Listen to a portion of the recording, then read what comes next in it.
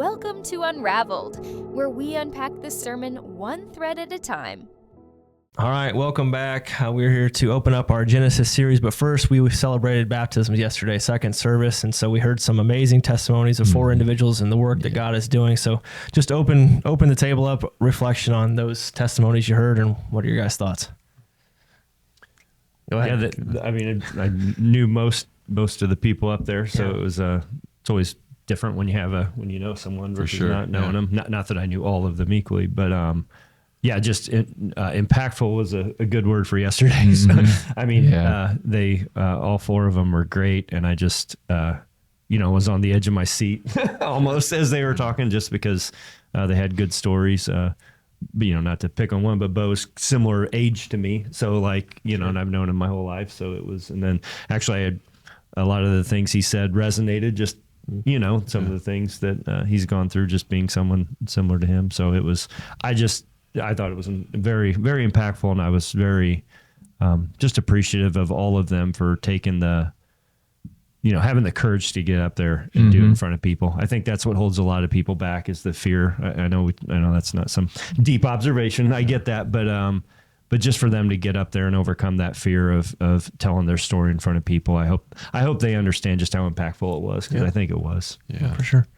Yeah, definitely. I just I don't know, just such a significant day in the church somehow. Just I even encourage the first service people to, I said, stick around. Yeah, either stick around or tune in later or watch it, because I had known, I'd read through all the testimonies, and but they were even more, when you read them on paper and you hear them and spoken, it's just powerful, and it was such a meaningful. I don't know, because we can all, doesn't matter if you're older guy like me or even older yet, you can remember back to things and then even, like Natalie, like a teenage girl, the things that some of our teens face is maybe shocking, because I don't know, social media pressure and everything, it didn't hit my generation didn't have any of that, and older than me, of course, even had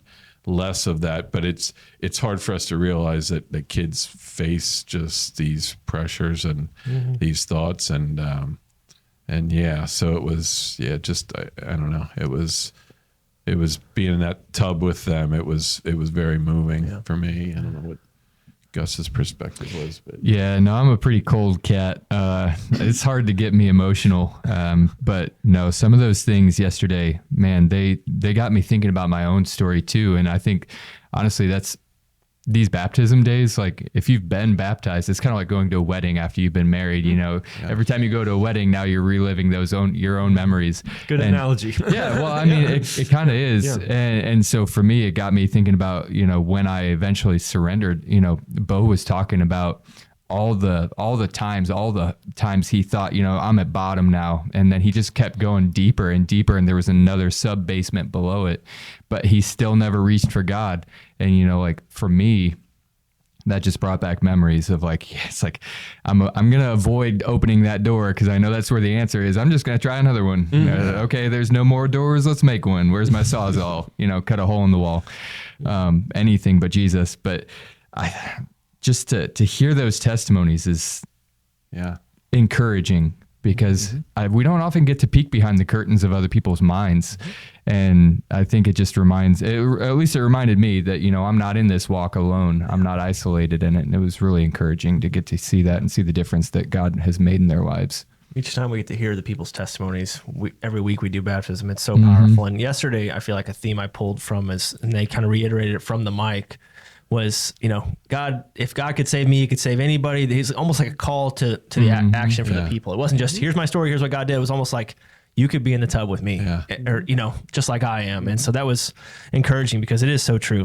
At the end of the day, we are meant to be changed by God, but at the end of the day, we're also called to encourage and change others through his power. So one afterwards, a number of people said different things, but Tamara Hasselton, she came up to me and she's like, I remember when I got baptized, she's like, I was so reluctant because you were going to make me tell my story. And I did it. And I was so glad afterwards. But then she said, and sitting there today, just she's like, man, I can see the power in you know, I wish everybody would be willing to share their story, and I think there's such like I started the sermon with, you know, like you probably aren't going to remember much of this sermon because maybe it was no good. I don't know about that. But we will, you know, you could all tell me you could tell me Natalie's story. You could tell me both, you know, we remember story. And that's why a lot of times God uses narrative in his word. And we're going to see that in Genesis when we get into Abraham, when we get into Joseph.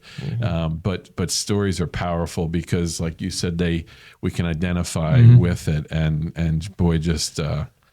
Yeah, they're relatable, and you know, we've told plenty of stories over the years with people's testimonies, and I think sometimes people can get discouraged because my story is not like so and so's in the water, or it's not as I haven't seen God work as much as they did in so and so's life. But at the end of the day, there's somebody in the congregation that also relates to you in that same story, so they need to hear that story. So that's the encouragement. Yeah, I heard somebody say once, it's like, I hate telling my story because it's like I wasn't a drug addict, you know, I wasn't a sex worker, you know, it's like I don't have this terrible dark past to come from, but you know, like that's not a bad thing. God that saved you from that. And you don't have to be messed up to be saved from, you know, from the death of sin. And that also glorifies God. That's good. Both do. That's good.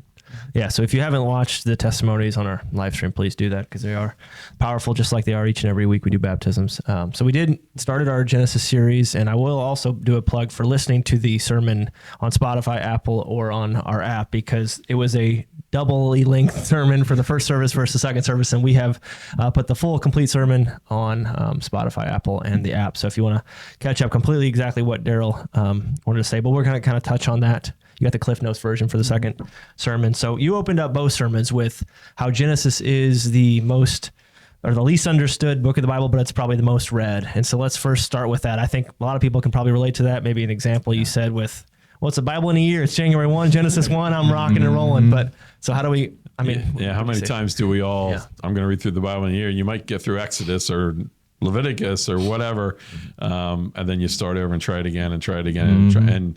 And actually, that quote wasn't, you know, I didn't come up with that quote. Sure. I read it, and when I thought about it, I'm like, really? Everybody reads the Gospels and stuff. But then I thought about it like, you know, we know the story of Noah, we know the flood, you know, we know the rainbow, we know the creation account or parts of it. We know a lot about Abraham, we know a lot about Joseph.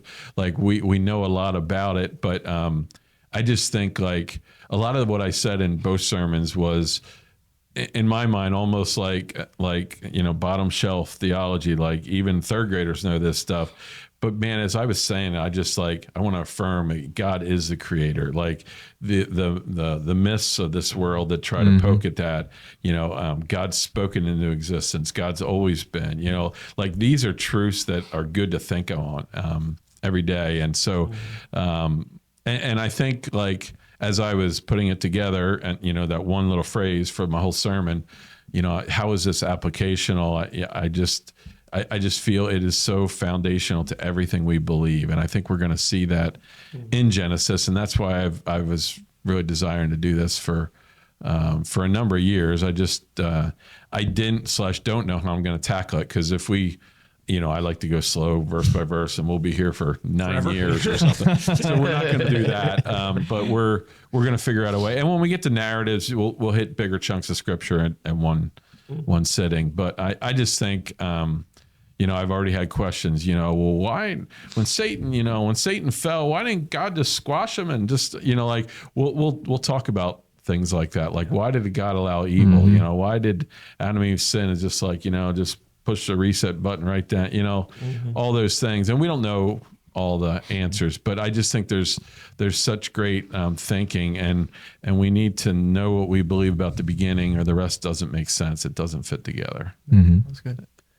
The one of the mentions, or the verses you mentioned in Genesis 1:1 was the load-bearing wall, right? Everything comes down to that. If you don't believe that in the beginning, God. And so how seriously do you think, I mean, do people just glaze over the first verse of the Bible, do you think, or is it really pondering it and like view it as a load-bearing wall? I mean, as a general rule, do you think we just glaze over, just keep reading? Oh yeah, the second day, the third day, he created this. You know, like what are your guys' thoughts on that first verse? I mean, go ahead.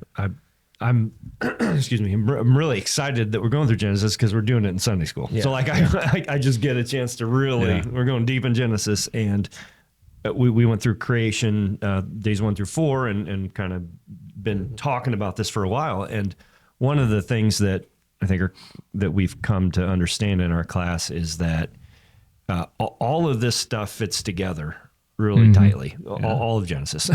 And if you start poking holes at the creation story and all that stuff, everything starts to unravel. Yeah, it really does. And that's something that as you start to really dig into everything, whether it's sin or evolution or creation and all that, you've really, it's very, very important theologically, and it's tied from end to end in the Bible.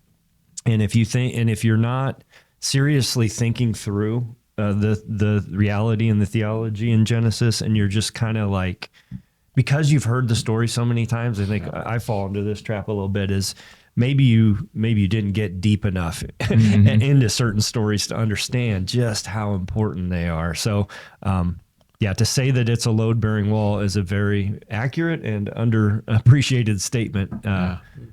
You can't, one of the things we just talked about, you can't, if evolution is true, then, we had death before the fall. And man, it's one of those just like key things that like, that doesn't fit. So then what? Adam and Eve weren't real, and and that wasn't true. And there's many that believe that they're just allegorical or whatever for mankind and all of that. And I just to piggyback off that, like, that's why the inerrancy of Scripture is so important in my mind. Like, because people think, well, like, this story or that story or whatever, like, you want to poke holes at, was Jonah, an allegorical story, or was it something that actually happened, and all that, like, and if, or was this accurate and not accurate or whatever. But really, if one part of it isn't true, then the whole thing is up for grabs. You can't pick and choose the thing. And that's what our culture tells us to do. Like, I'll believe 98% of the Bible, but this stuff about homosexuality and same-sex marriage, that was, it's different today. It's how are we relevant? And it's like, no, God's word is the same yesterday, today, and forever. And if it's not, then the whole thing's up for grabs. And if Jesus didn't literally rise from the dead, and it's whatever story you want to pick, like, you have your list of 3 and you have your list of 10, and some of these things, and you throw them in the pot, then what can you believe? And that's Satan's plan, like, to attack truth, attack the family, just chink away at the armor, because the whole house of cards falls apart if you don't have the solid foundation. Yeah. I've read a lot of books, a lot of novels and stuff. I'm just a big nerd. I'm a big bookworm.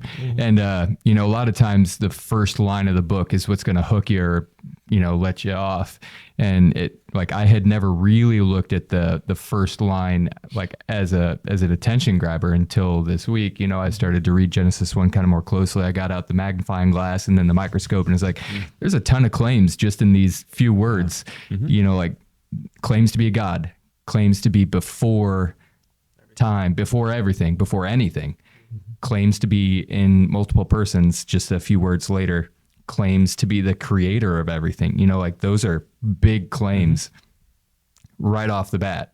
Like, in a novel, that'd be a hook. You'd be like, what? I'm going to read the rest of this thing, find out what's true. And I think that's what God is doing. And I think that's intentional. Like, it's meant to be a hook. So how do we keep from glazing over these beginning parts of Genesis to the Noahs and the Sunday school stuff that we all can, my girls can all recite, but how do we all get here? I mean, how do we keep from that? How do we keep from missing the importance of verse 1? Yeah. You're just for me, it's just having a desire to figure it out. Maybe, I don't know, maybe that's not a good answer, but I guess knowing that there are deep truths there to be discovered, if that's what leads you, if that's where your heart is and that's what you want to find out. It'd be, we just like going listening to Daryl some Sunday. I can sit down in the pews and I can just like check out mentally. I can do that. What's for lunch? What am I doing later? Yeah, all that stuff, and I think we all fall victim to that at times. Satan uses our busyness for that. But you could also sit down and go and just be moved by the Spirit. This is worship, and I'm gonna freaking, I love this. I'm gonna figure this out. I'm gonna dig in. I think it's just your attitude towards it and your desire to find out what God has revealed in every one of those verses. Yeah. Yeah, for me, it just takes a lot of slowing down and then a lot of going through it with other people. And sometimes that's like online. Sometimes that's actually just talking about it with other people. But like my ADD, I have to sit down and slow down. Like I didn't get past that first verse for a couple of readings one day. It's like, I'm just going to look at this one. And that took some self-discipline. But I think slowing down helps us to get more out of it. The glossing over comes from, I know this, move on.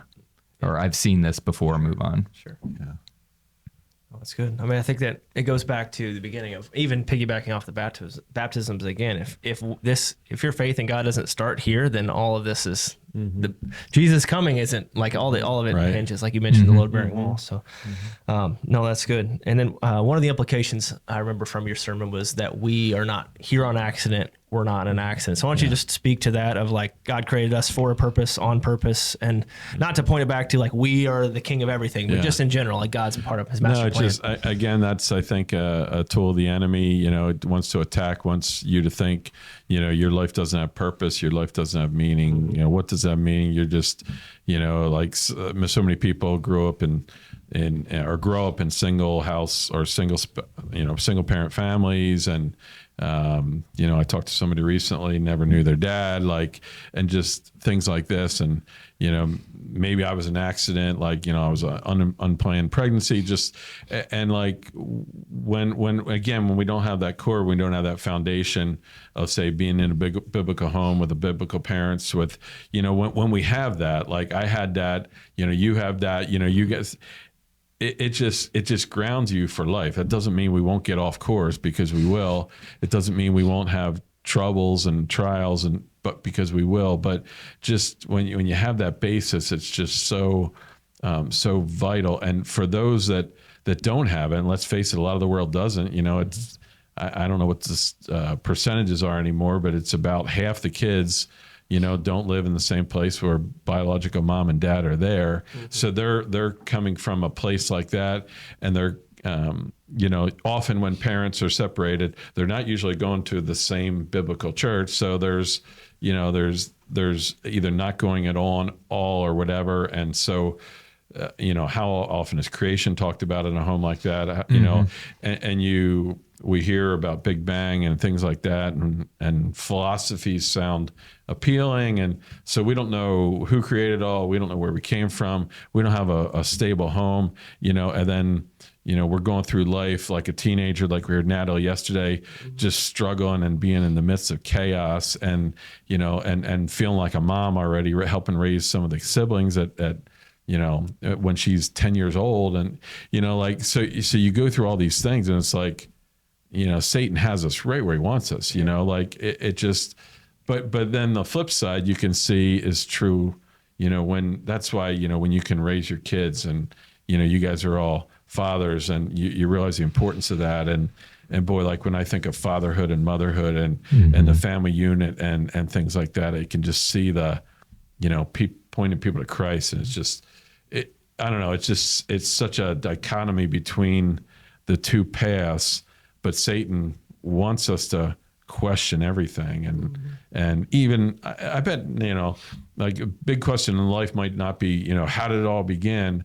But like when we're not sure about that answer, it means a lot. It's just, I don't know. That's just where I just think there's so much to that, those opening three words, the beginning, Elohim, God, and created bara. And just, like I said, Moses he's not making a defense. God's always been, and he is the pre-existing reality before it all. All the other explanation systems, the Enuma Elish and others, they all have to come up with something. And that's what I almost laugh at it, because, Christians are looked at those like turn their brains off. But man, scientists, when it comes to how did it all begin, like either something blew up and this happened and by chance and we're just here, because they can't, their minds won't allow them to say they're accept that reality, even if they don't believe in the God as we, to not even say there's a higher being that created the matter, like talk about turning your brain off. That's that's where that is in my mind.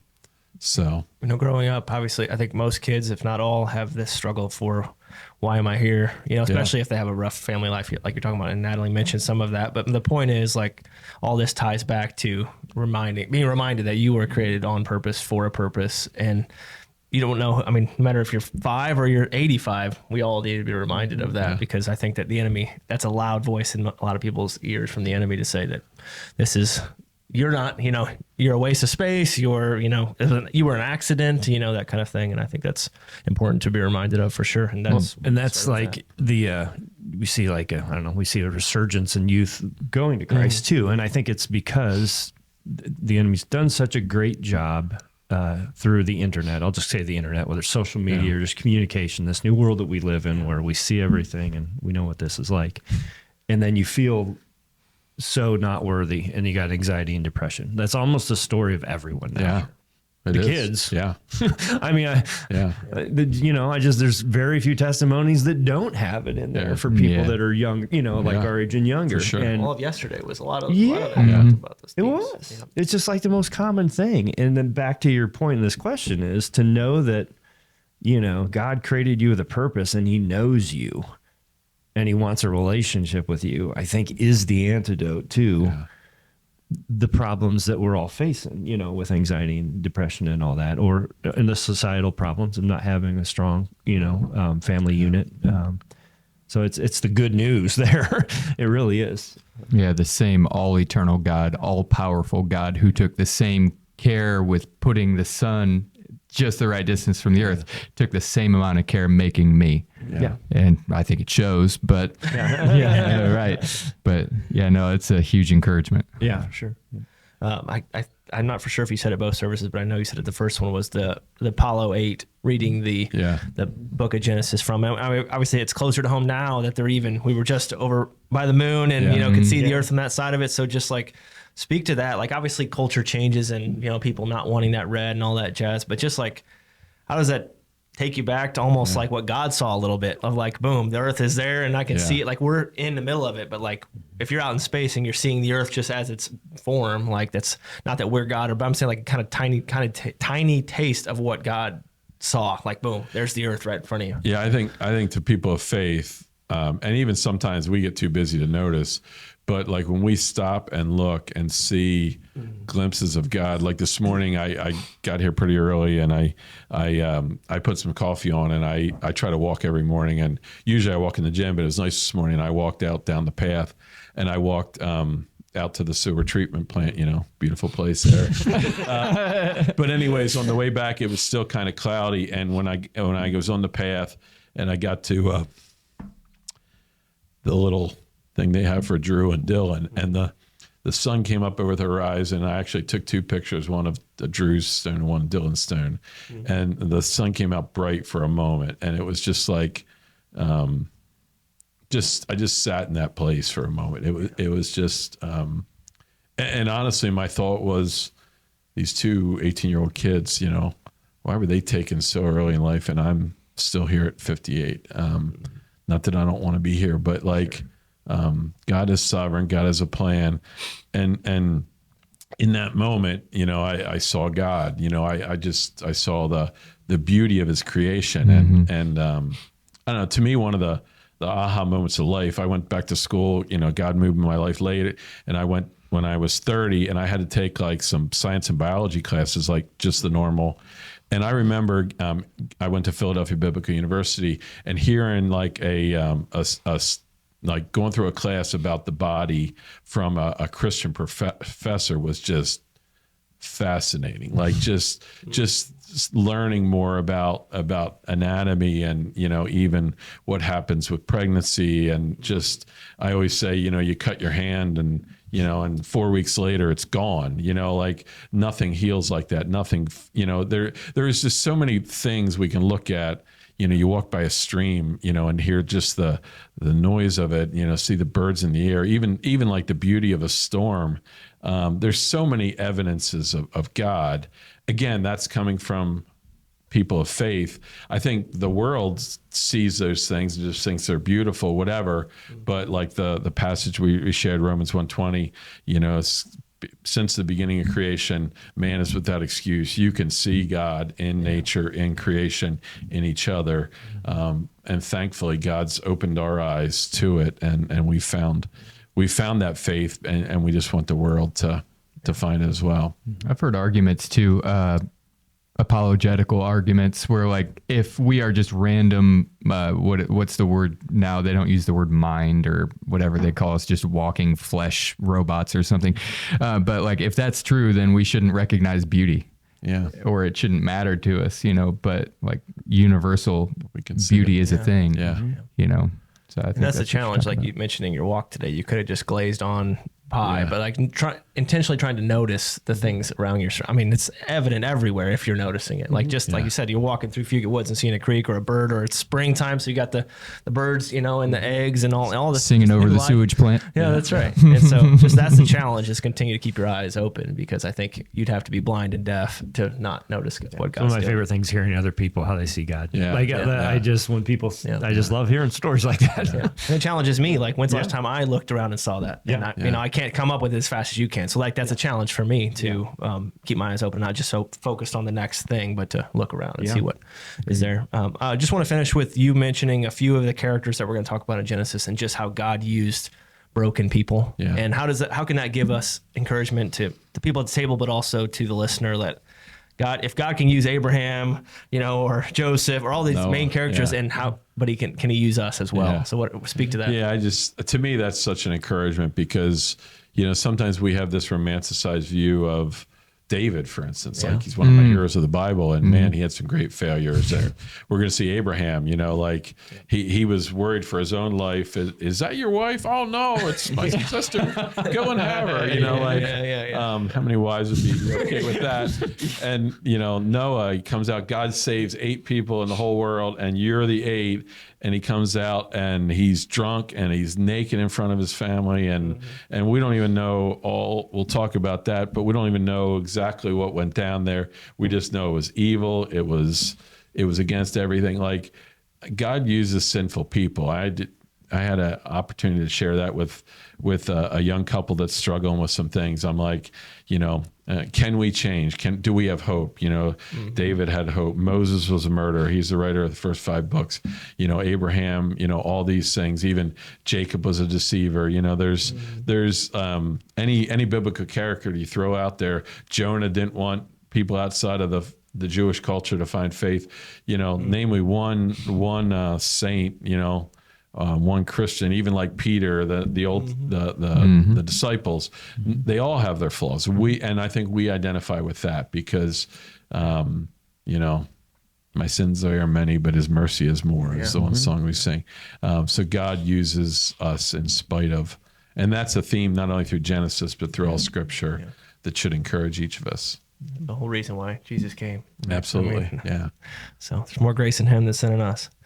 So, no, that's good. So why don't we, anything else to add on that last one? Okay. So Daryl, why don't you close this up? Just one encouragement, Bo's testimony. And I saw Betty Lawrence afterwards and talked to her for a little bit. And I just thought that one conversation, not just one, but Betty being his grandmother, but sitting with Bo in that moment. And I said to Betty, what fruit came out of one conversation from a grandmother to her grandson years ago at a time of loss, and how that shapes the life. That just shows that whether we're young, whether we're middle-aged, whether we're old, when we speak truth, when we speak for God, he will use it for something amazing. So that's good. All right. Let me pray. God, we are blessed. What a day here at First Baptist yesterday, just hearing incredible stories and just sitting in those moments and worshiping together and sometimes thinking of our own story, but most importantly, pointing our thoughts towards you. We give you praise and glory for all that. God, I'm thankful for those that got baptized this week and a couple weeks ago. Often I pray for those specifically because sometimes when we try to make a great stride for faith, that's when we're under attack from the enemy. So I pray for just a hedge of protection around them, that they will we know Satan will want to attack them and minimize what they've done. And so I just, I'm thankful for just courage. I'm thankful for faith. I'm thankful for the people of God coming together and celebrating and thinking about you. So God, give us a great week. May we always live for you. May we read Genesis this week and think about you as creator. And we ask all this in the mighty name of Jesus. Amen. Thank you for listening to this week's episode of Unraveled.